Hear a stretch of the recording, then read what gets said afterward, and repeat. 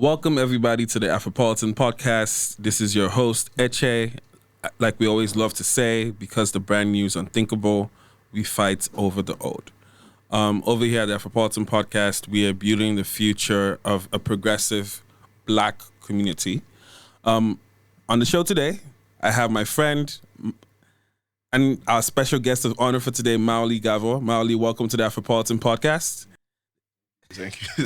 So I'm messing around because you know that meme of when a guest pastor is getting introduced like at the church, how they sit together with their hands and everything. Did you see all the memes? They're like nodding. They're like waiting like, yo, this is my moment. Because you got to read all their credentials. He is a man of God who has featured highly ordained from so many. Yes. Thank you, brother Eche, for that introduction. Like, I'm that nigga, bro. Yeah, it's me. That's me. So I was hoping that you would go on for a little bit. I was hoping you go on for a little bit so I can do my takes, this man. thing. If you guys don't know, we've tried to do like 2 or 3 takes of this podcast. Nigerian NEPA just keeps frustrating us, but we being Nigerians, we have to overcome. Or we being Africans. Because Mawuli, let's tell the people where were you born and a little bit about your background before we jump into it. Got you. So I wouldn't say I live in Nigeria. Well, I live half in Nigeria, so Nigeria's like my second home. So most people assume that I am Nigerian. You've embraced it more than a lot of people would have embraced it. Yeah, but to be fair, Nigeria's given me a lot. Yeah, Nigeria has given me a lot. You might be one of the few people it has. Fair enough. Yeah. I might be the exception, but Nigeria has given me a lot. No. So I can never be like, oh no, Nigeria. But I'm Ghanaian. I was born in Ghana. Okay. The whole switch around thing came when I had to move away for school when I went to the States. And I guess ever since then, I've been switching countries every couple of years. I haven't been back to Ghana properly since I left way back. So we talked about the background where you studied finance. Yes. Yeah. And then transitioned into modeling. Modeling, even I wouldn't say I transitioned into modeling. I only did a bit of modeling. It wasn't really something that I transitioned, say, into media and entertainment, if you can put it like that. But that was not the plan. The whole plan was to be in business or finance, because that's what I trained my whole life for. And your family's involved in that too? The men in my family, my brother and my dad, and we're all like, 3 of us are super close. So we all did the same thing. My brother and I both studied the same thing my dad did, business and finance. Went to the same nursery, same high school, same university, studied all the same courses, say everything. So that was the plan. But life... My brother, I say life no be beans. Or life is a pot of beans, depending on how you want to look at it. But anything can happen. One of my favorite quotes, because I used to be this guy who collected quotes in college. Nerd shit, bro. Nerd shit. One of my favorite quotes always says, sometimes a man meets his destiny on the road he took to avoid it. Yeah, man. Yeah. Man, that's kind of deep. Bro, listen, I got quotes. I got quotes, man. I got quotes. So let's talk about, because I feel like you would qualify as the ultimate Afropolitan. Let me explain. You're someone who has 2 sets of identities, actually even 3 sets, possibly, right? Yeah. Or even possibly. And let me explain. You study in America. Yeah. You have that American perspective of what it means to be Black. You have the Nigerian perspective of what it means to be African. Yes. And you also have the Ghanaian perspective of what it means to be African. Absolutely. Yeah. When you go through, and what we always call the people who have those sets of identities are people who live on the bridge. Yes. Right? How does it work for you when you move through these different... What would it be like in movies? When you move to the next, how like in Star Wars or somewhere you could transport, right? You're moving through the different portals, right? What does it feel like when you hear certain conversations and you're like, damn, I wish this person had traveled more or has exposed themselves a little bit more, because this situation that we're in now is one of ignorance, not of actual beef. You know what I mean? It's actually crazy how ignorant all of us are in this world. All of us. I'm not going to point to one particular people and say we're ignorant. Americans are some of the most ignorant people I've ever met. However, Africans are also just as ignorant, just in a different way. It's just important that we all acknowledge our ignorance. Actually, let me specify my question. How did you come to understand what it meant to be Black? Coming from Ghana, not necessarily, and I'm assuming this by the way, but I'm Nigerian. I moved to the States. I didn't really have a understanding of what it meant to be Black. Yes. Until I got there and people were like, you're this, you're that, you're that. Basically, what was that experience for you, realizing like, oh shit, there's a different sort of identity going on here in the US. I think the one thing was we always knew that black people suffered because we see the movie's Roots and everything. So I always knew that black people were sort of persecuted. It was only when I got to America that I realized that there's different types of black. So even within our black community, they were. I was an African black. Yep. Which was distinctly different from the black Americans, and they would even tell you. Some of them would even tell you, "Hey, I'm not from Africa." Yeah. They would deny, like, it was just a thing. And I realized that we're all just living different parts of our life based on ignorance. Yeah. For a lot of them, it was ignorance. They thought that just because they were brought to America as slaves, that's their identity. Yeah. We as Africans, we didn't realize that those were our brothers and everything that we sent over Still our there. brothers. Oh, yeah, exactly. Yeah. Still our brothers and everything. Sisters, yeah. But being there helped me to open my mind to just be like the path that we thought that we had in front of us as Africans. We usually have, we like to be on a straight and narrow. Yeah. One path. Don't rock the boat. Don't rock the boat too much. Yeah, man. You do go to school. You came here for a thing, fam. Go to school, graduate. If you find a nice job at a nice bank, do something nice. Just be simple. Don't go running around doing all sorts of strange things, becoming a wine taster and shit. You know what's funny, right? Because you know when all the Black Lives Matter protests happened. So I think maybe during the last one, the whole George Floyd crisis, right? Yeah. You know how people are like, yo, how come we don't see, like, I saw a Facebook status and they were like, yo, how come we don't see all the Africans coming out? Like, when it's time to party, blah, blah, blah, we see you guys, but when it's time to march, we see you guys. And I was telling them, like, look, you party with us, but we don't have the same papers, fam. You get me, fam. Listen, I told one of them, like, look, you go to protest. You gotta be real. You get arrested. You get bail. Oh, easy. We get arrested. We get deported. Going home. Yeah. You're going it's home. A different type of going home. Yeah. And the thing is, it's a lot of African Americans I find in my experience are actually very ignorant about the immigration system in their country, right? So you don't even talk about like, yo, no, we're here on maybe F1 or we're here on this. They don't know anything about that, right? So being able to navigate those nuances is important because I feel like it helps build more understanding between both cultures. So while we're on this topic, not to segue, but I actually want because you stay there as well as an African man. Yeah. You notice how strange it is that, especially back in the day, with how there was a separation between Black Americans and Africans. Now we're all trying to come together, and it went as far down to the types of clothing that we would wear. 10 years ago. Couldn't wear Ankara type of dashiki and walk around and people would look at you like, who is this guy? I remember I had one Black American friend who went to Ghana while we were in uni, and when he came back he started wearing like the dashikis and the kente and everything. Everyone made so much fun of him. So much fun of him. Like, look at this, bro, that's the word, man. Look at this Kunta Kinte guy. And now, fast forward 10 years, I'm getting all these messages from my friends who still, yo, listen, I gotta get one of those African outfits, man. I gotta, that thing is because now everyone watched Black Panther and now we all think it's funny cool how to be African. Works. It's interesting, So just seeing how we've evolved to own our Africanness, including the Black Americans. They've also experienced a shift. Maybe it's because of the police brutality. I don't know. No, we're beginning to accept that we are all Africans from the motherland. What my theory is, and this is my theory, because I moved to the U.S. in 2006. Got you. I was about maybe 16. Got you. Right? And I got put in an all-white private high school. I was the only Black kid in my set. Look at that. So I didn't get to see African Americans in a setting or even other Black people until I left for college. Got you. But what that did for me, though, was I had to represent all of Blackness because those white kids didn't know what type of Black I was. They're like, yo, I would come to school. Today I'm supposed to know about East Coast rap. Tomorrow I'm supposed to know about West Coast rap, South rap, Caribbean, this, that, local Bay Area rap. So what it did is it made me come to appreciate all of Blackness, right? Because it gave me a deep appreciation of all of Blackness, right? But it also made me see where the divisions were coming from and what the issue was. When I was in the U.S., and I saw media about Africans back home. You already know it's about the fly up in the eye, it's about, the huts, the Egyptian, the elephants, all of that, right? And mind you, this is programming that African Americans have shown consistently, right? And then, but when I would come back to Nigeria to visit, I'm looking at the TV. All they're showing me about African Americans is dreads, shootings. And the guns and the rappers, the baggy, the whole, baggy, basically baggy just making something. it seem like it's all negative, right?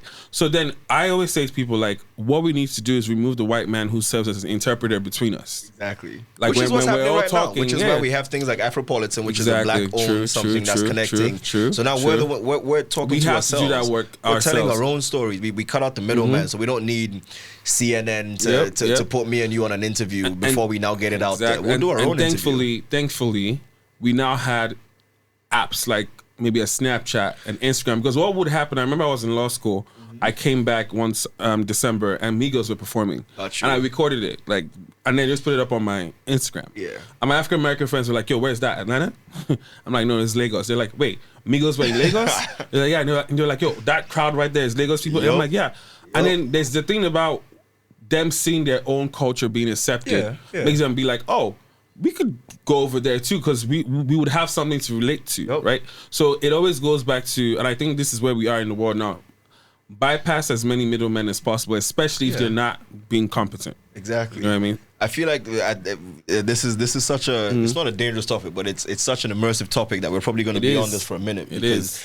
I was in Jamaica last year. I was filming that. I shot a Jamaican film. Yeah.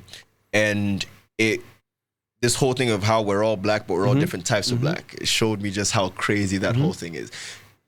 Caribbean people are just about as similar to Africans as it gets. We have exact same skin tone. We have the same type of plans. We love the same type of food, same type of music. We're so similar, mainly because we were literally just taken from here and dumped over there. Yep. But we lost all of that history. So we think in our minds that we're two different people, all the same. I'll give you one story. I was on set and this lady came up to me. She's a little older, maybe 50, 60. And she came up to me and she was like, listen, don't be mad, please, don't be mad, don't be offended. But I want to show you something. She told me, I just took a photo of you with my phone and I sent it to my niece. And the caption I wrote underneath was, listen, I genuinely did not think it was possible for Africans to look good. And she showed me that. So she was showing me the message that this is what I just sent my niece. I took a photo of you. No, she wasn't trying to be insulting or anything. She was trying to say, I have been living a lie most of. She's like 60. She's like, listen, this whole time I thought Africans were just like the fly and this thing. And this is not even America. This is Jamaica. Yeah. You understand? So that tells you how. And she was like, yo, now I'm trying to educate myself because this is you guys. You look just like us. You're just as successful. My friend Gavor, he recently moved back to Ghana from Jamaica, and one of the things that he would always be surprised about, I brought him to Lagos as well, and we would drive by these big houses and everything. Like, wait, how many people live in that house? He's like, what do you mean? One man owns that. One woman owns it.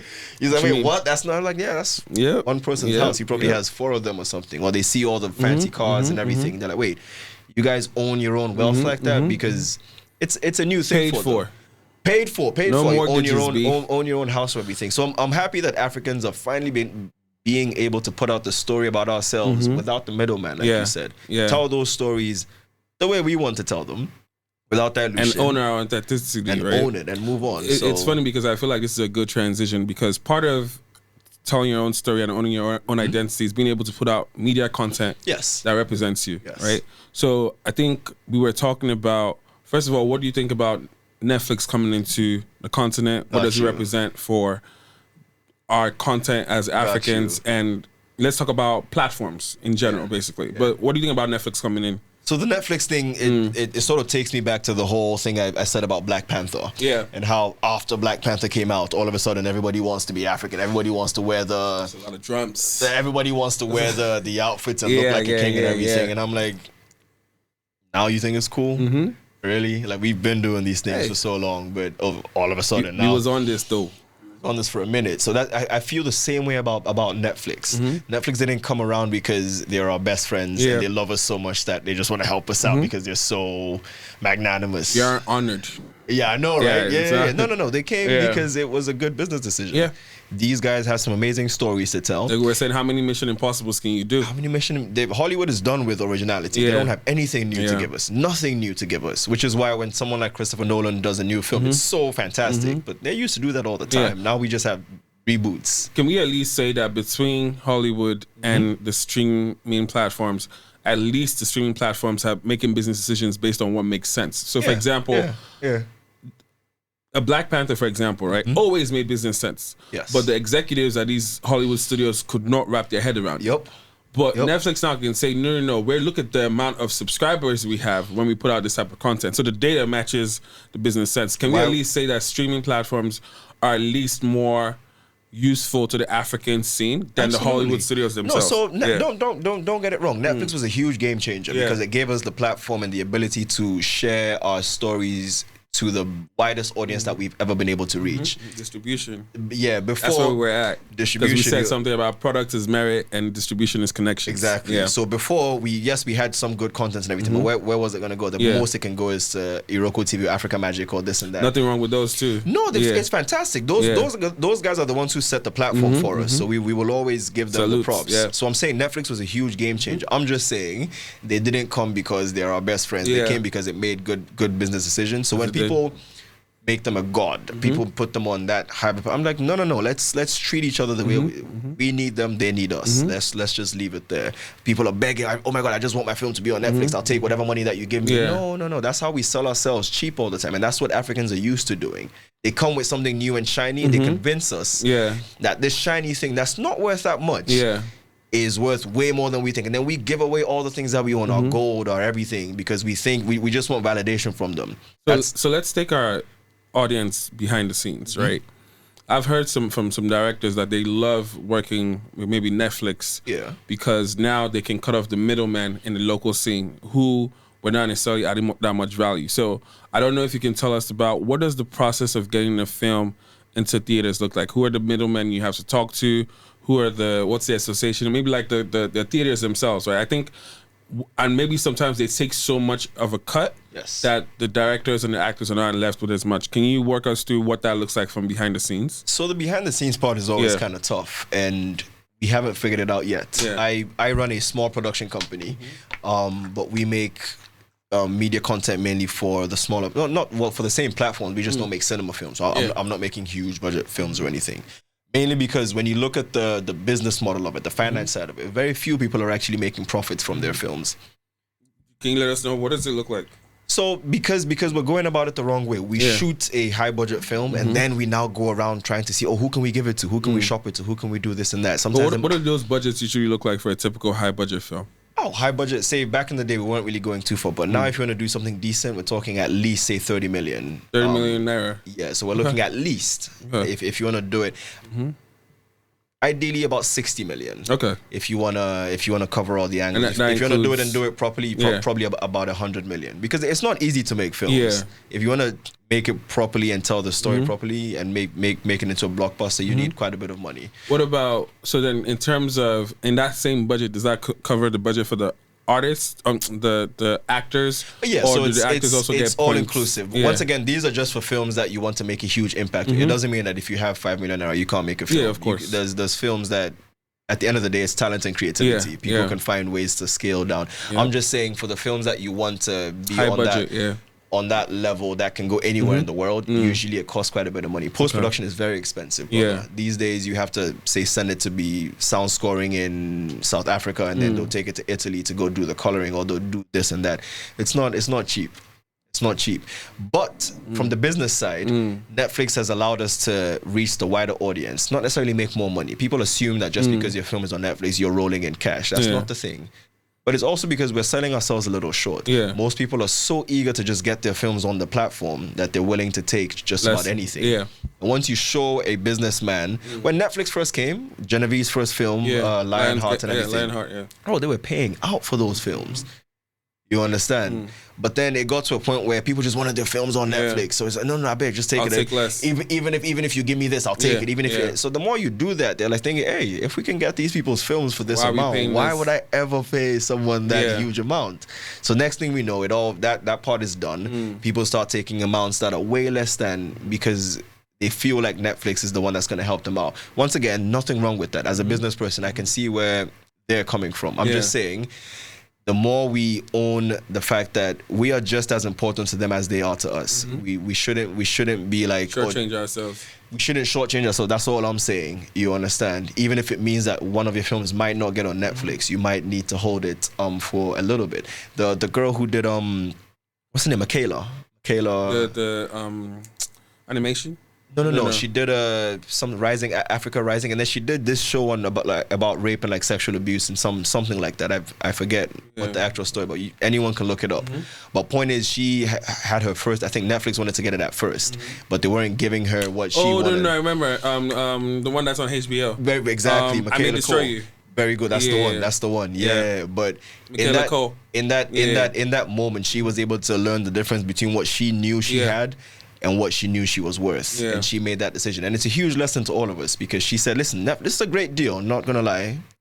But I think what I have is worth more. Yeah. And if a couple of us, like, once again, not everybody got people got shop now. People have bills to pay. So I'm not saying don't sell your films in that place, because I'm just saying, let's just keep it at the back of our minds. I think we were having that. Well, I think we've had this discussion a little bit, right?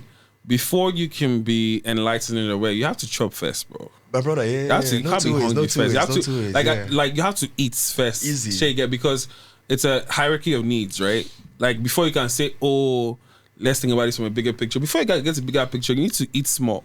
So, which is why I tried to put it into perspective, because people don't understand the Nollywood industry enough. Anyone who goes up and when we watch an African film, all we do is point and laugh. Oh, ha ha ha! Look at that mistake. Oh, I saw the boom there. Ha ha ha! Look at that. Like, what are you doing? What do you think They spent how many billions making films like Star Wars and Wonder Woman 1984? Those were horrendous films. Trash. Horrendous. So, bro, if somebody can spend 300 million and still make a bad film, what makes you think that we who are even struggling to deal with our Nepal problems and everything, we're not allowed to make bad ones as well? Movies, yeah. The point I'm making is you need to understand everything with perspective. Yeah, context. Context is everything. Yes, it may not have been the best because they had this limit. Well, we've been trying to record this thing for how long? We've had the lights go out on us 3 times. We had to keep starting it. There's always a reason for everything. So all we can do as Africans who want to support ourselves, we can be like, hey, listen, I can see what they were trying to go for. I don't think it was the best. I don't think it was a thing. But anyway, good shot. Like, good job, guys. Like, next time, do it better. If we came from that angle as opposed to, oh, ha, ha, ha, look at that, we're never going to go anywhere, man. What do you think about behind the scenes footage? Is that something that we should incorporate more? Absolutely. In terms of, because I think when people have context for how things were made, it's like, oh, okay, cool, we understand what happened there. People need to realize that the work that goes into these things is not easy at all. So sometimes you just have to accept that, hey, maybe they tried it didn't work out. You leave it at that. When you start going into a personal, very useless film now, it's like, hey, okay, maybe it wasn't the best. Just leave it. You didn't like it, that's okay. You need to go overboard. Once again, bro, it's our own stuff. So if you want to point and laugh at our own things, that's okay. Keep laughing at yourself. Those other people, the guys in Hollywood, they're not laughing at their own things. They're propping up their own things, selling it to the rest of the world as gold. Continue to laugh at yourselves and see. Propaganda at the end of the day. You think it's somebody else who's gonna? Hollywood became big because they sold us the dream that Hollywood was big. So does America too. So does the American Independence Day. Will now save from 1 alien. Will Smith will go and save 1 alien. They will go and smoke cigars. Give one liner. Then they will show one American flag in the background and everything. It's all PR. They sold us the idea that it was great. So if we're not gonna sell that idea, and instead what we're going to do is publicly ridicule ourselves. Who's ever going to improve the thing? You think it's somebody else who's going to come and say, oh, those African films are great? We're the ones who have to do that. Even if it's not the best, even if you're not going to support it, ridiculing it to that extent does nobody any good. Yeah. You know something else we also need to realize is the role soft power plays in your PR as a country or as a nation or as a continent, or even as a people, right? Yeah. I think sometimes we do the thing where we don't realize how much work, like you said, goes into maintaining America's soft power. Whether it's through their music, whether it's through their movies. I think now you're seeing countries like South Korea invest in like the whole K-pop industry with BTS. But in places like Nigeria, Ghana, no government support. No, because we don't realize we don't realize the power of the media. Yeah, we don't realize it. But the media, in terms of shaping perceptions and perspectives, nothing more powerful than the media. That's how America got to where it was. To even go back to that, what was your favorite movie growing up? Probably one of like Lord of the Rings or Matrix or one of those ones, mainly because it was made such a long time ago, but the ambition and the scale, it showed us that, listen, anything is possible. Was there a movie you've watched that you said to yourself, I would one day like want to go into acting? Or because that story of how you go into acting, I don't think we've talked about it on the podcast, but in terms of, is there a movie that you saw that made you be like, damn, I would like to at least be in that creative space? So and the reason I'm asking is this, right? Because of COVID with the lockdown, I got a chance to watch a bunch of movies, right? And for the first time, I came to really, really have an appreciation from a director's perspective, an actor's perspective. Like, yo, you're creating magic. Like, not easy. It's not easy. Like, and that's magic that can outlast you, even if after you're dead. People will always be like, The Godfather is the best movie of all time. Exactly. You know what I mean? So, exactly. In thinking about, is there a movie that has that similar type of impact in your life? Like one that I watch. I wouldn't say it's one film per se. Yeah. But the one thing I consumed a lot of film and media and everything when I was younger. The one thing that I kept noticing was, I think I can do this. Yeah. Not that I want to do this. I would see it and I think I can do that. I never thought I would actually do it. The same way everybody wants to be a basketball player, wants to be something. You think that you can if you put your all into it. You just never thought it was gonna happen. So my case is just one of those preparation meets opportunity. I always knew that I could do it. I didn't think it would ever come my way, but if it did come, hey, what the hell? So I would always be very careful about the way that I take care of myself, or the way that I would try to take care of my body, or the way that I would learn elocution or things like how to speak better and all of these things. Not because I had any intention of going into. I just wanted to be that person who did the things that he needed to do for himself. Take care of my body, take care of everything else. So when the opportunity came, I was ready. So when the thing came with the Martini gig and everything, I already had photos that were ready, where I was at least put together nicely. I had worked out and everything. I had no intention of doing entertainment, but I just wanted to be that person. So when the chance came around, I was already prepared. I didn't have to go and get into the gym and buff up for a role, for the gig or for the role because oh my god, there's a chance. Oh my god, there's a Martini gig. Let me go. No. I'd been preparing for years. Yeah. So it just coincided, and that's how it happened. For me, it was one of those. I was working as an accountant, yes. It was great. It was fantastic. Nothing wrong with having a 9-to-5. It's actually a very great way to do it. It just wasn't enough for me because I can't sit still long enough. So I knew that I had a bit more to offer. Yeah. And staying in that job limited how much I had to offer. Because once again, you got to do 3 years first, write the exam, then you go up. I don't have 5 years to get before I show you what I have to offer. I have something to offer you next week. No. Next week, by tomorrow, last next week. Let me get back to you next week. So when I made the switch to do the Martini gig, it just felt better because I felt way more fulfilled. I'm able to express myself in a way that I'm able to help an industry that is in its infancy. And I felt like it needed more people like me who wouldn't just sit back and laugh and be like, oh, ha, look at what they're doing wrong. People who would be like, hey, listen, so maybe we're not doing things so well right now. Yeah. But if we all came together, we probably could do things a bit better. People before me were doing that. And I just came and joined that whole mission to sort of push things forward as opposed to sitting back and just laughing. So same way for lawyers who think that the laws in Africa suck and everything. Yeah. We could always sit back and talk about it for 10 years about how the laws suck. Or somebody can be like, hey, you know what? I want to get into this type of thing, blah, blah, blah. And that's what we all need to do in some way, shape or form with oil industry, marketing, whatever. I'm just doing it in entertainment. That's all. So let's talk about this, right? Who are some of, when you get a script, and maybe your agent sends you a script, who are some of the actors or actresses that you see that you're like, you know what? If you see them consistently, like they're your people, like you're like, yo, if they're on it, I'm more inclined to jump on this project. But I can't really take a role based on that per se because people you're like, bro, my brother, people will understand, bro. You can even get everybody in the world, it still won't be a great film. Yeah, it's true. But who are the people you enjoy working with? So I guess my family is. I moved to Nigeria to shoot a big TV show, Hush, for DSTV, for Mnet. So and I shot that for a full year. It was a 260 episode show. So we shot for like 290 something days. So that was rough. Jeez. Not rough, but my brother, is not easy to shoot for 1 year straight. So the people that I worked with, they became like my family because I was with them every single day. So like RMD. Some of the other people I met, Shafi Bello, not on that set, but through those things, Adela Oye, Badja, Debule, all of those. Those people for me are more than colleagues. Those are like my family. So I can work with them anytime, any day, just based on that personal relationship. Abounds, Kunifa, of all of those people, family. It doesn't mean that other actors I wouldn't work with them. Of course. It just means that there's some people who, if they were on it, I probably would, this is going to be fun. This is my family from back then. But I don't really accept based on who's going to be on it because I don't really, me alone, if you do, I'm no worry. I don't need anybody else. I'm joking, but. Do you ever get any like little backlash? And the reason why I was asking this is Mr. Easy, right? Nigerian, but most people don't know because he's carried Ghana on his head. And he struggled with that for a while. Which you know what's so funny? Time has actually come to prove him right.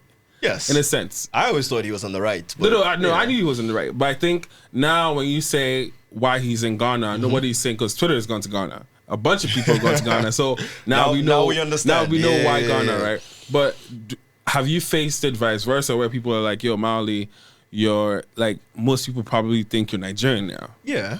Oh, a lot of the time. Sometimes when I go home, people are like, what are you doing here? Like, what go back. I'm like, what the hell you doing? This is wow. Now for me. Even when I said I was moving to Nigeria, some people put out an article, Mawuli Gavor was moving to Nigeria. I saw the comments under. People were like, you should go. Something. And so what? Everyone was super mad.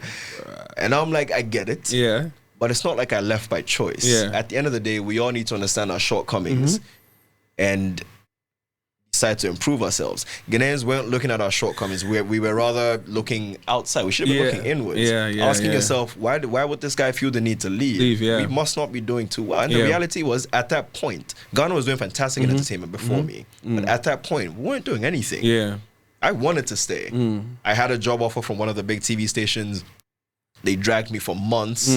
We're supposed to sound like, oh yeah, so we'll get back to you. Ghanaians love that. We'll get back to you. So let me send a proposal to Let me see what I can do. Let's form a committee to talk about it for weeks. They say, oh, so we'll talk about it next month. Charlie. Yeah, man. Nigerians are like, hey, we want to... Let's meet tomorrow and do this thing. Yeah. You understand? And I needed that kind of quickness. I couldn't just sit around and wait. I sat around for a whole year waiting for that gig from the Ghanaian agency. Didn't work out. Yeah. So when Mnet came and said, hey, they called me and said, guy, can you come in 3 days? I'm like, I'm there. Well, I'm there, man. I've been sitting here for a whole year. You guys haven't been able to do anything big for me. I love you guys, but I'm not going to sit around and just do my thing. So I left. I had to go where the action was. And I moved for DSTV. I didn't plan on being there, but I stayed for 1 year. After that, they gave me a job as a host, hosting 53 Extra. Once again, great network, great thing. I'm gonna take that opportunity. I do want to. I want to be back home with my friends and my family. I want that. Is there something for me to do there? No, not really. Not at this time. But not at this time. I'm glad you said that. Not at this time. So my thing was, let me do what's best for myself. But now I'm at the stage where I've been fortunate enough to have a fantastic career in Nigeria. So I'm trying to transition back. I'm moving my production company to Ghana now. Okay. Because I've done 2 in Nigeria. I would like to do at least 1 in Ghana and 1 somewhere else. So let's talk about COVID. Yeah, man. COVID hits. What were the plans you had for the year? And what did COVID teach you about yourself? Like, what are the philosophical learnings or epiphanies that the year taught you? And first of all, what was the thought process like first? Did you think it was real? When did you realize, this shit is real as hell? So and we're about to shut down. COVID, I'm fairly optimistic. I tried to be. So I was one of those guys that when it hit in March, I was going to say, surely by me. Where were you? So I was in Lagos. I was scheduled to be in South Africa on the 21st of March, I think. I had my ticket and everything. Everything was set. And then like March 14th, that's when Lagos first started going into lockdown and everything. And I'm thinking, so good, I'll still go. And then like March 16th, all around the world, I just started seeing this airport is closed, that airport is closed. And then that's when it started to hit me that, oh boy, this is gonna be rough. However, in my mind, I'm like, 2 months. I used to say, surely by July. Surely, but July came. Surely by August. August came. Surely by. So it threw me off completely. I'm not gonna lie. It put my life on hold for at least almost a year. Half of what I do involves traveling. I need to be in different places. That's my entire brand, and now I can't go anywhere. Yeah, it was tough for me mentally because I couldn't do anything. So what did you do to cope? That's actually when I learned the guitar. So I taught myself how to play the guitar online. Okay. I learned on YouTube. During COVID? Well, no, I started a bit before that because when I used to go to sets and they would waste a lot of my time. I spent a lot of time just not doing anything. So I wanted to find something to fill my time with. Yeah. Usually I would have tried to learn like a new programming language. But with what I do now, learning a new code does nothing for me. It's not like I'm going to use it. I'm going to hire someone to build a website. Yeah. So I felt, let me just... Hey, I want an instrument. Let me just do that. So I bought a guitar and I started messing around with it. During COVID, I learned to be able to just be still. I was on the move for so long. Yeah, slow down. So now I'm like, just like, slow down, work on yourself. I started working out by myself at home. Every night I would cook. I would sit down with my guitar, open YouTube, and just like sit with yourself for a bit. And I learned. I get to know yourself for a bit. Bro, so I think that's what COVID did for me. I understand myself so well right now. Nobody can stress me. You cannot stress me in this. If I don't want to do something, I know do them. Because it's not my fault. No, you cannot beat me. Last you come to my house and beat me. Even that one safe. I'll slap you 1 or 2. But If I don't want to do something right now, my brother, you cannot. I think Dave Chappelle said for the first time, a lot of people were forced to sit with their choices. Yeah. Right. So even the people who are like your partners, your jobs, whatever it is, like I'm seeing more and more articles with people saying, I'm not going to be doing. I can't kill myself for this company anymore. I'm not gonna exactly. And the thing is, even from an employer perspective, it's also good to keep that context in mind, right? Things are always happening. Your employees are not robots. People are not robots in general. There will also always be things bigger than whatever it is that you're going on right now. So I think one of the things that I've been reflecting on is we forget that like we were hunter-gatherers, bro. Feel me? Bro. Now we aspire for more. Some of us want to go to the moon. Some of us want to go to Mars. Yeah, I'm not saying there's anything wrong with those expectations, but I'm saying sometimes keep things within context, right? And I think COVID, like, bro, that year or last year, it was just last year, but last year was, bro, it was the... at least from on my end, having to sit down with those choices, being like, yo, I've not slowed down in like 5-6 years, bro. It broke my heart. I'm not even going to lie. Because I'm sure for a lot of people, 2020 was going to be that year. As in we had 2019, my brother. So me and you were in Ghana already. So we had had that amazing year of return and everything. And we knew that 2020, the things that are about to happen. Man. We're about to launch. I had so many big things that were supposed to add filmed in Jamaica. I was going to go back there to film something else and produce something of my own in Jamaica. I was going to go to South Africa to start a new thing there. I had all these everything was looking so bright and so fantastic, and it was about to take me to that next level. And then boom, just pause for a full year. So that I'm not gonna lie, it was heartbreaking, man. To be on that where you're about to jump off and just saw, and somebody's like, "Hey, my friend, come down from that. You better come down from that that thing." However, speaking of crap, I have an interview to respond to. I just remember because they asked me that question. They asked me the best advice someone has ever given you, and that answer is always the same for me. My dad, and he told me a while back. I was 13 maybe, but he's like, "Yo, Mawuli, man. In life, you have to learn to deal with disappointments." Very simple thing. It's nothing deep. It's not like some Confucius something. Yeah, but it's grounded. By far the best advice that I've ever gotten in life, because we assume that things are supposed to go well. If you watch Viking, we talked about that. Ragnar and his son. He tells him, who told you you're supposed to be happy? We're complaining, oh my God, I'm not happy. Life is not good. Who told you that life was supposed to be like, what contract did you sign? Man, exactly. The sooner we start to understand that the bad times, we don't really have a choice. They will come. It's just that we're going to have to figure out ways to... So that was my thing. COVID was a huge slap and it knocked me down really hard. But being able to rely on that, I'm like, oh, yo, it happened. Hey, okay. That was me. I'm just like, okay. We move. Okay. We move. I think that's something that's also dope about like when I think about the Nigerian spirit, it's a consistent we move. Like... Think about it. We were just saying how long it took to just record this podcast. Like, yeah, bro, we're just going to have to do it again. There's nothing else we could do. Yeah. So, in terms of what projects are you working on right now that you're excited for? Got you. So, like I said, I've been really fortunate in my time in Nigeria. Nigerians were gracious enough to allow me. And how long have you been in the industry? In the industry, maybe like 5 years. I've been in Nigeria, 2021? Been in Nigeria maybe 4 years and a bit. Like... Crazy, man. When I moved here, I told my friends and family, oh, guys, I'm going to go shoot something for a few weeks. I'll be back. This was 4 years ago. I told them a few weeks. I've been here 4 years. So that was a bit tough. But it's been a great journey. Yep. I've been fortunate enough to do some pretty big projects and everything. So I'm happy with everything that I have achieved here. I left Ghana because I felt that there wasn't enough going on back there. I feel like now I'm in the position where I am... I wouldn't say big enough, but I'm in a position of influence enough to be able to affect what's going on there, to be able to be a factor for change, to be able to do some pretty big things over there. So I have some collaborations. I've been talking to you about some of the things that I want us to do with the Afropolitan group, where I want to do a bit more back home. Yeah. So yes, they might not be doing too much back there, but there's a lot of us who have started moving back. You came to Nigeria for a few weeks. You've been here for 5 months. Yep. Because when you realize that, there's a lot of work that I can do here. There's a lot. It's not just me. There's a lot of people who are moving back who are realizing that, hey, listen, instead of being out there and pointing fingers and talking, I could actually be here and be part of the change. So that's where I am in life right now. I'm trying to be. So my production company, I want to do more producing. I want to be able to tell some of the stories that aren't being told, tell them really well. Even if I have to go look for $1 million to do it, I'm capable of doing that.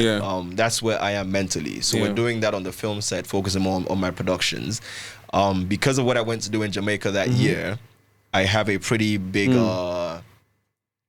Caribbean following. Not just following, but I have like just business relations and everything. So we're trying to expand that because, like I said about the story about the Jamaicans, we're so similar that it's crazy that we're not together. Bro, it's crazy that we're not together. We're trying to open direct flights because it's ridiculous that we have to go through US or the UK to go to a country that has nothing to do with the UK or the US. It's like we have to go ask permission from the master. Master, I beg, I want to go see my brother. Is it okay if I go see my brother in Jamaica? Waiting concern. That's where the world, I think, is shifting to, right? We need to eliminate these middlemen. Ridiculous. Right? You have to go through some country. You have to stop either in Germany. You have to stop in a Schengen country or go to the US. If we went direct, it's a 6.5 hour flight. Are you serious? I kid you not. Mind you, they went direct when it was time for slavery. My brother, when it was time for slavery, they never when it was time for slavery, they did not do any pit stop. It was just straight. So we're trying to work on a bunch of initiatives there. So the film that we shot, Joseph, it was meant to be, it was a Caribbean African film about a Caribbean person who comes to Africa to find his roots. We're trying to do something similar where we shoot it over there, tell the stories that involve both sides, and just...